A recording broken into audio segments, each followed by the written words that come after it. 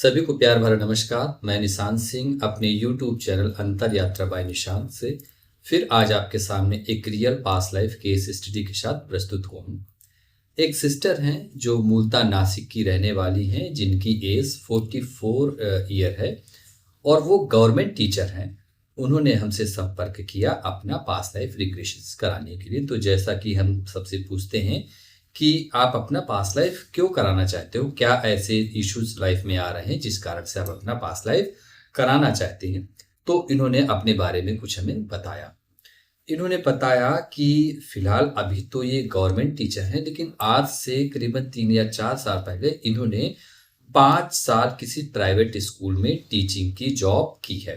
तो वहाँ पर उन्होंने बताया कि बहुत सारे कलीग्स थे जिनके साथ उनके बहुत अच्छे संबंध थे, लेकिन वहाँ पर एक अभिषेक सर और एक स्नेहा मैम थी, वो भी इनके कलीग्स थे, लेकिन उनका व्यवहार इनके प्रति बिल्कुल भी अच्छा नहीं था।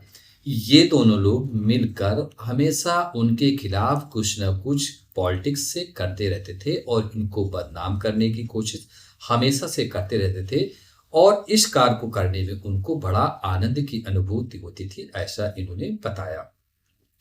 फिर इन्होंने बताया कि जबकि मैं उनके प्रति हमेशा अच्छा व्यवहार करने की कोशिश करती थी, उनसे क्लोज रहने की कोशिश करती थी कि ये नाराज़ ना हो, लेकिन उनको पता नहीं ऐसी क्या प्रॉब्लम थी मुझसे पहले ही दिन से कि वो उनको मुझे परेशान करने में बहुत मज़ा आती थी। और वो उन्होंने ये भी बताया कि वो हमेशा इस कोशिश में रहती थी कि इनको किसी न किसी तरह उस नौकरी से निकाल दिया जाए। हालाँकि कुछ समय बाद 5 साल जॉब करने के बाद उनकी गवर्नमेंट जॉब गई और जब उनको पता चला कि इनकी गवर्नमेंट जॉब लग गई है, तो भी वो मतलब बहुत ज़्यादा प्रसन्न नहीं हुई। एक बार उन्होंने एक घटना बताई कि एक बार ऐसा हुआ कि मैं इनके पास कुछ ऐसे कुछ काम को लेके गई और ऐसे नॉर्मल बातचीत हो रही थी।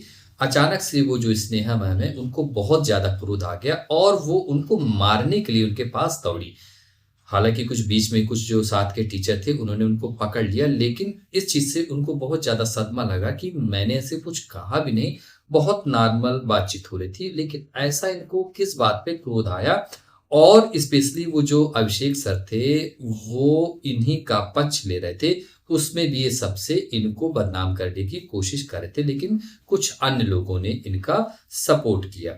तो ये हमेशा ये हाँ, जानना चाहती थी कि उन अभिषेक सर से और स्नेहा मैम से इनका क्या कार्मिक कनेक्शन है, उन्होंने इतना ज़्यादा इनको क्यों परेशान किया।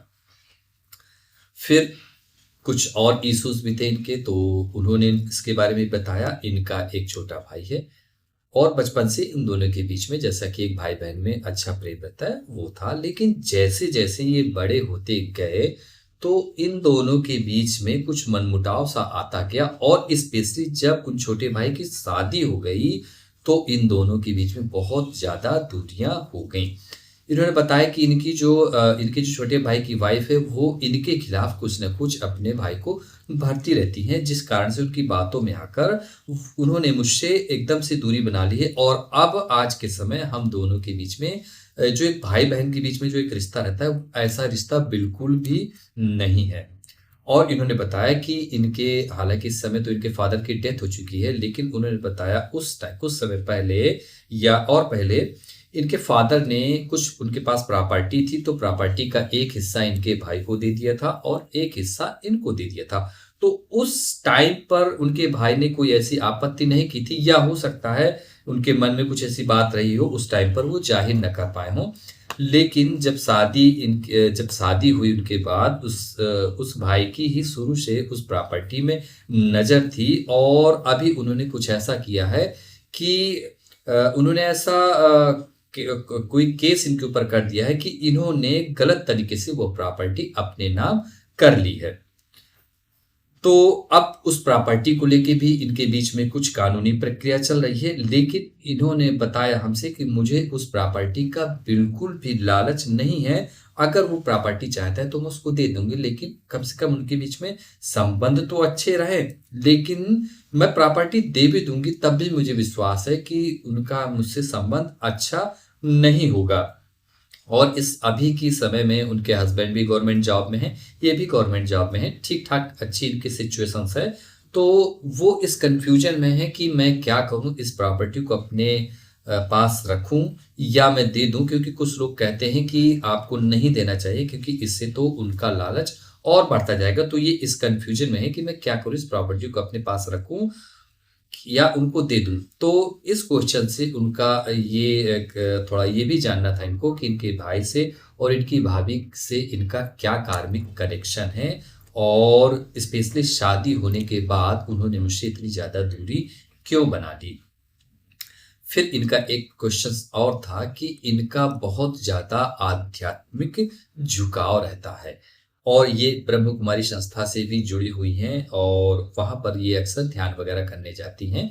इनके घर के आसपास भी कोई ब्रह्म कुमारी की संस्था है। तो इनका मन करता है कि अब ये जॉब वॉब छोड़ के पूरी तरह उस संस्था में सेवा देने का मतलब उसमें आध्यात्मिक रूप से उसमें जुड़ना चाहती हैं और उस संस्था में सेवा देने का इनका मन करता है। तो ये जानना चाहती कि या अभी मैं जॉब करूं या छोड़ दूं। तो इन क्वेश्चंस के साथ में हमने इनका पास्ट लाइफ रिग्रेशंस किया और अपने इस पास्ट लाइफ रिग्रेशंस में इनको अपने सारे क्वेश्चंस के जवाब मिले। तो आइए जानते हैं कि इन्होंने अपनी पास्ट लाइफ में क्या देखा। तो जैसे ही प्रोसेस होता है कि एक प्रोसेस के थ्रू हिप्नोथेरेपी के थ्रू हम इनको ट्रांस में ले जाते हैं, तो ये ट्रांस में गई और जब हमने पूछा कि अब आप पास्ट लाइफ में अब आप अपने आप को किस रूप में देख रही हैं, तो इन्होंने देखा कि ये एक मेल पर्सनालिटी के रूप में है और काफ़ी पुराना समय देखा, एक राजा के रूप में इन्होंने देखा। इनके चेहरे में मूछें हैं और वो शाही ड्रेस में हैं और एक किसी पक्की फर्श में खड़े हैं। चारों तरफ कुछ घास का मैदान जैसा है, कुछ बाग बगीचा जैसा है, वहां पर ये ऐसे वॉकिंग कर रहे हैं। और इन्होंने बताया कि वहां पर जो गार्डन सा बना है वहां पर कुछ काम करने वाले कुछ नौकर से इनके वो अपना काम कर रहे हैं, लेकिन बार बार इनका ध्यान वहां पर एक माली था और वो व्यक्ति और उसकी वाइफ एक महिला भी दिख रही थी। हालांकि कई लोग वहां पे और भी थे, लेकिन एक पुरुष और एक महिला का तरफ इनका बार बार ध्यान आकर्षित हो रहा था। फिर हमने थोड़ा और एक चीजें जानने की कोशिश की, तो इनको अपनी एक महारानी दिखी और एक बच्चा भी दिखा। जब हमने इनका नाम पूछा कि आपका क्या नाम है, तो इन्होंने अपना नाम शारंगधर के रूप में बताया। फिर हमने पूछा कि ठीक है, आप इस जीवन की किसी मुख्य घटना में पहुंचो, तो फिर से उनको वो माली और उसकी वाइफ उनको दिखने लगी। तो इन्होंने देखा कि वो जो माली है और उसकी वाइफ है वो इनसे चिढ़ते हैं। तो हमने इनसे पूछा कि चिढ़ने का कारण क्या है, तो उन्होंने बताया कि पता नहीं, शायद वो गरीब है और ये अक्सर बहुत दान पुण्य भी करते थे, अपने नौकरों को कुछ ना कुछ देते रहते थे, लेकिन वो जो लोग हैं माली और उसकी वाइफ, ये इनसे इसलिए चिढ़ते हैं क्योंकि उनको एक लालच था कि ये ज़्यादा से ज़्यादा मुझे ही दें, बाकी अन्य लोगों को थोड़ा बहुत दें। तो इस कारण से ये इनसे चिढ़ते हैं। फिर जब समय के थोड़ा और आगे भेजा गया, तो इन्होंने देखा कि वो जो माली है और उसकी वाइफ, उसको बंदी बना लिया गया है। हमने पूछा क्यों बंदी बनाया गया है, तो उन्होंने बताया कि ये चोरी करते हुए पकड़े गए हैं और इससे पहले भी अक्सर राज्य में कुछ न कुछ चोरी करते रहते थे। काफी लोगों को खबर थी लेकिन कभी पकड़े नहीं गए, लेकिन इस बार ये रंगे हाथों पकड़ लिए गए हैं। तो इसके सजा के तौर पर इनको कोड़े मारने की मतलब कुछ ऐसे सजा दी गई है जिससे इनको कोड़े मारा गया है और इनको अपनी नौकरी से निकाल दिया गया है। ठीक है, फिर थोड़ा समय के और आगे जाने को कहा। हाँ, उन्होंने देखा कि ये जब नौकरी से जा रहे हैं तो उनकी आंखों में बड़ी द्वेष और बदले की भावना है और फिर वो राज्य छोड़ के चले गए हैं। फिर थोड़ा समय में और आगे जाने को देखा इनके डेथ सीन में, तो इन्होंने देखा कि किसी पड़ोस के हिंदू राजा ने इनके ऊपर आक्रमण कर दिया है और भाला लगने से इनकी डेथ हो गई है। जब हमने समय पूछा तो इन्होंने बताया कि ये 12वीं सदी के आसपास का समय है और जब स्थान पूछा तो बताया मगध राज्य, इन्होंने बताया स्थान का नाम। फिर इनको जो व्यक्ति दिखे थे उनको पहचानने के लिए हमने कहा, तो इनको अपनी एक महारानी दिखी थी, उसको इन्होंने अपने इस लाइफ के हस्बैंड के रूप में देखा और उनको एक बेटा दिखा था, तो उसको इन्होंने अपनी इस लाइफ की बेटी के रूप में देखा। फिर एक माली और एक उसकी वाइफ दिखी थी जिसको उन्होंने नौकरी से निकाल दिया था एक चोरी के इल्जाम में। उन माली और उसकी वाइफ को उन्होंने अपने जो उस स्कूल में जॉब करती थी उसमें अभिषेक सर और स्नेहा मैम के रूप में उनको देखा। तो यहाँ से समझ में आया कि क्यों वो लोग इस लाइफ में इनसे इतना ज़्यादा द्वेष रखते थे। और बाद में इन्होंने बताया कि जैसे इन्होंने उनको नौकरी से निकाल दिया तो इस लाइफ में भी अपने उस जॉब में उन्होंने बहुत भरसक प्रयास किया कि इनको नौकरी से निकाल दिया जाए। और कई बार ऐसे सिचुएशंस बने भी या ये निराश होकर खुद ही छोड़ के जाने वाली थी, लेकिन कई लोगों ने इनको फिर समझाया, फिर उन्होंने नौकरी नहीं छोड़ा और बाद में इनकी फिर गवर्नमेंट जॉब लग गई। तो ये क्वेश्चंस का जवाब मिल गया उनको कि वो जो टीचर थे और वो जो मैम थी उनसे इनका क्या कार्मिक संबंध था। फिर अगला क्वेश्चन जो इनके भाई से संबंधित था, तो उसको उसका जब आंसर ढूंढा तो अब ये एक और पास्ट लाइफ इनको दिखने लगी। अब इन्होंने अपने आप को एक खेत में, एक सूखा खेत जो कटने के बाद खेत होता है उसमें अपने आप को देखा। इन्होंने अपने आप को धोती कुर्ता और कुछ पगड़ी जैसा बांधा हुआ है और मूंछ है और हल्की हल्की दाढ़ी है, इस रूप में अपने आप को इन्होंने देखा। फिर जब हमने इनकी एज पूछी तो इन्होंने अपनी एज 30 से 35 साल के बीच में बताई और इन्होंने बताया कि साथ में एक कोई व्यक्ति खड़ा है जिसकी एज 25 से 26 साल है। तो हमने पूछा कि पहचानो वो कौन है, तो उन्होंने बताया कि वो व्यक्ति उस लाइफ का उनका भाई है।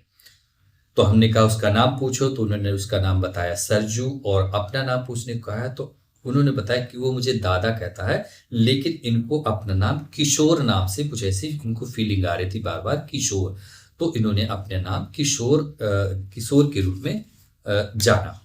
फिर हमने कहा थोड़ा समय के आगे और भेजा तो इन्होंने फिर देखा कि इनका वो जो छोटा भाई है वो इनसे झगड़ा कर रहा है। तो हमने पूछा क्यों झगड़ा कर रहा है, तो वो ये इनसे कह रहा है कि अब आप आराम करो, अब ये पूरे जमीन का देखभाल और पूरा हिसाब किताब मैं रखूंगा। तो ये बड़े सीधे सरल स्वभाव के थे उस लाइफ में, जैसे इनको फीलिंग आ रही थी। तो इन्होंने वो सारी जमीन अपने छोटे भाई को दे दी है और वो उस लाइफ में अनमैरिड थे। तो उनके छोटे भाई ने क्या कहते हैं उस पूरी जमीन का हिसाब किताब रखना स्टार्ट कर दिया है और इनको केवल एक टाइम का या 2 टाइम का खाना दे देते हैं। इन्होंने बताया कि मैं अब एक कोने में लेटा रहता हूँ, पड़ा रहता हूँ और मुझे केवल ये खाना दे देते हैं। उनका छोटा भाई और उसकी वाइफ ही इन्हें दिखी, लेकिन इन्होंने बताया कि ये मुझे खाना तो देते हैं लेकिन मुझे बहुत बातें सुनाते हैं। अगर मुझे खाना देते हैं तो दिन भर में मुझे उनकी बहुत सारी बातें सुनना पड़ती है। इस चीज का मेरे मन में हमेशा दुख बना रहता है कि मैंने अपनी पूरी जमीन इनके नाम कर दी, लेकिन ये मुझे फिर भी बातें सुनाते रहते हैं। तो हमने थोड़ा और आगे जाने को कहा तो इन्होंने बताया कि अब वो थोड़ा और बूढ़े हो गए हैं। हमने जब उम्र पूछी तो उन्होंने बताया करीबन 56 से 58 के आसपास हो गए हैं और थोड़ा अब उनका हेल्थ भी गिर सा गया है, उदासी है एक मन में। हमने पूछा किस चीज़ की उदासी है, तो उनको इसी चीज़ की उदासी थी कि ये जो इनका छोटा भाई है और स्पेशली उनकी पत्नी इनको हमेशा टार्चर करते रहते हैं, कुछ ना कुछ बातें सुनाते, इतनी खरी खोटी सुनाते हैं और खाने के रूप में थोड़ा सा खाना दे देते हैं।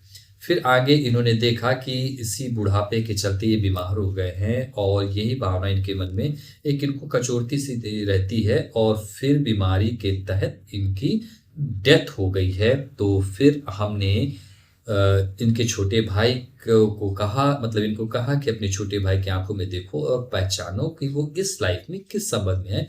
तो इन्होंने देखा कि वो इस लाइफ में इनके छोटे भाई के ही रूप में है और उनकी पत्नी को भी इस लाइफ में इन्होंने अपने छोटे भाई की पत्नी के रूप में देखा। जब हमने समय पूछा तो इन्होंने बताया 1836 स्थान पूछा तो इन्होंने बताया महाराष्ट्र के कोल्हापुर में कोई दाजीपुर स्थान है, उस स्थान को इन्होंने पहचाना। फिर हम इनको फिर से स्पिरिट गाइड के पास भेजे। अब स्पिरिट गाइड के रूप में इनको ब्रह्मा बाबा दिख रहे थे, तो ये भी कनेक्शन समझ में आया क्योंकि इनका ब्रह्म कुमारी संस्था से कुछ जुड़ाव सा समझ में आ रहा था। वहाँ पे जाति में ये ध्यान करने, तो इनको स्पिरिट गाइड के रूप में ब्रह्मा बाबा दिखे। तो इनसे पूछा गया कि इस लाइफ में भी ये परेशान कर रहे हैं और इस लाइफ में भी कुछ एक प्रॉपर्टी है, उसका हिस्सा इन्होंने कुछ कब्जा करके रखा है। तो और पिछले लाइफ में भी इनकी इन्हीं की जमीन थी, मतलब दोनों की जमीन थी। उस लाइफ में भी पूरी जमीन को इन्होंने अपने नाम कर लिया था। तो सेम पैटर्न सा देखने को मिल रहा है। तो अब इनके स्पिरिट गाइड ने कहा कि बच्चे एक लाइफ और पीछे जाओ। तब इन्होंने इन दूसरी लाइफ में गए और अब इन्होंने अपने आप को एक साहूकार के रूप में देखा जो ब्याज देने का काम करता था। फिर उन्होंने देखा, जब हमने आदेश दिया कि किसी मुख्य घटना में पहुंचो जिसका संबंध आपके इस लाइफ से, आज की लाइफ से जिसका संबंध है, तो फिर इन्होंने देखा कि एक कोई व्यक्ति है और उनकी जमीन, उन्होंने इनसे कुछ पैसा लिया था। तो उस समय कुछ सूद जैसा लिया जाता था, तो समय पर वो सूद ना लौटा पाने के चक्कर में उन्होंने उनकी पूरी जमीन तो नहीं, लेकिन एक जमीन का बड़ा हिस्सा अपने नाम कर लिया है। वो व्यक्ति और उस व्यक्ति की महिला इनके पास आए हैं और गिड़गिड़ा रहे हैं कि उनकी शायद 4 बेटियां थी। तो वो गिड़गिड़ा रहे हैं कि हमें अपनी बेटियों की शादी करना है, लेकिन इन्होंने कहा नहीं, आपने समय से पैसा नहीं दिया। और उन्होंने बिल्कुल नहीं सुना और उनकी पूरी जमीन अपने नाम कर लिया। बस इतना ही शीट इनको दिखा। तो हमने उस व्यक्ति और उस महिला की को पहचानने के लिए कहा। तो उन्होंने उस व्यक्ति को, उस महिला को अपने आज के लाइफ के भाई और भाभी के रूप में पहचाना। तो यहाँ से ये समझ में आया कि इनके भाई और भाभी के बीच में जो आज एक दूरी सी बन गई है वो क्यों है, उसका कार्मिक संबंध कहाँ से है। फिर हम इनको फिर से स्पिरिट गाइड के पास ले गए और फिर हमने इनसे पूछा कि अभी इनको क्या करना चाहिए। वो प्रॉपर्टी का जो हिस्सा है उसमें इनको क्लेम करना चाहिए या नहीं करना चाहिए। तो स्पिरिट गाइड ने बिल्कुल सख्त रूप से मना कर दिया, कह दिया कि आपके पास अभी इतना पैसा है कि आप आराम से, आपका पूरा जीवन निकल जाएगा। हालांकि इनके भाई के पास भी ठीक ठाक प्रॉपर्टी है इस टाइम पे और कोई बिजनेस करते हैं, लेकिन उन्होंने कहा कि ये प्रॉपर्टी आप उनको दे दो तो आपका कार्मिक जो संबंध है वो यहीं पर खत्म हो जाएगा। ठीक है। और ये भी बताया कि उनसे आपकी बहुत ज्यादा नजदीकी तो नहीं बन पाएगी और उसकी कोई जरूरत भी नहीं है, क्योंकि अब आपको पीछे पलट के नहीं देखना है, आगे आगे बढ़ते जाना है, आगे अपने मार्ग में बढ़ते जाना है। अभी आपको जो कार्य दिया गया है उसको आप अच्छे तरीके से कीजिए। फिर थोड़ा और आगे इनको एडवाइस दिया कि अभी आप जो जॉब कर रही हो, क्योंकि इनके मन में बार बार एक ख्याल आ रहा था कि मैं अब जॉब छोड़ के पूरी तरह आध्यात्मिक जर्नी में जाना चाहती हूँ, ध्यान साधना के मार्ग में जाना चाहती हूँ। तो अभी इनके स्पिरिट गाइड ने कहा कि अभी सही समय नहीं है, अभी आपको नौकरी नहीं छोड़नी, उसी की तैयारी चल रही है और भविष्य में आपको कोई बड़ा काम दिया जाएगा विश्व कल्याण से संबंधित। तो अभी आपको अपनी नौकरी करते रहना है कि जब वो समय आएगा तो आपको खुद महसूस हो जाएगा और फिर आप पूरी तरह से आध्यात्मिक वर्ग में लग जाएंगी।